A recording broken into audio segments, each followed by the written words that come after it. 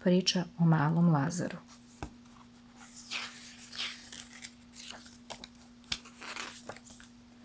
U nekom malom mestu živeo je dečak koji se zvao Lazar. Lazar je svakog dana jutrom dolazio u crkvu, uvek tačno u isto vrijeme, u 7 sati.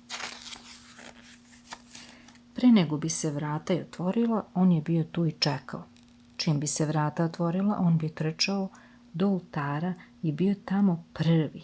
Sklopio bi ruke molitveno, ali nije dugo ostajao.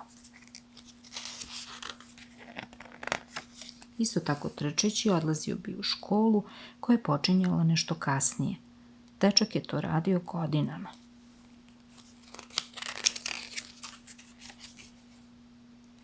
Sveštenik je to primetio i odlučio pitati Lazara zašto tako kratko moli i kako moli.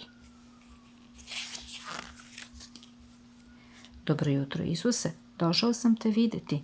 To je bila njegova molitva. I to je sve, pitao je dalje sveštenik. Sve, rekao je kratko Lazar, žurno odlazeći u svoju školu.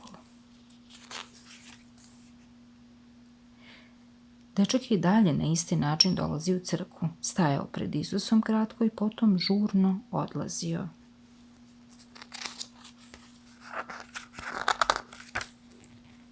A onda ga jednog dana nije bilo, pa drugog, i tako danima.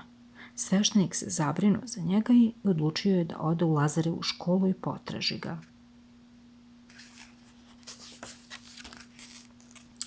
Tamo su mu rekli da je Lazara na ulici udario kamion i da je u bolnici. Povreda je bila ozbiljna. Lazar je prebačen na urgentno odeljenje. Sveštenik se odmah uputio tamo. Već na vratima bolnice dežurna sestra je znala koga traži. Izvinila se, ali je mislila da mu mora reći jednu neobičnost u vezi sa tim dečakom.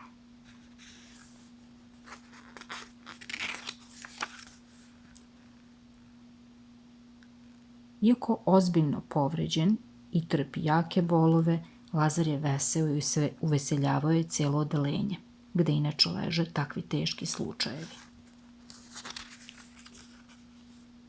Kada je sveštenik tamo stigao, bio je začuđen koliko radosti ima u toj sobi, uprkos bolu koga su svi morali osjećati. Lazar se radosno nasmejao i pozdravio zbunjenog sveštenika.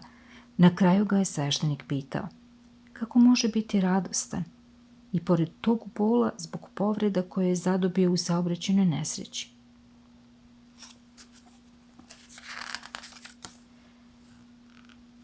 Čemu se, Lazare, raduješ, pitao ga je. Isusu, odgovorio je Lazar. Kako pa ti više dolaziš u crkvu? Ne moliš se pred Isusom? Pitao je dalje sveštenik.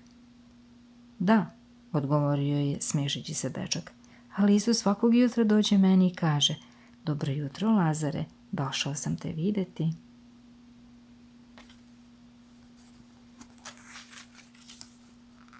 Svešteniku je, kada je to čuo, sve bilo jasno i ništa više nije pitao. Radovao se sa Lazarem. Čiča miča i gotova priča.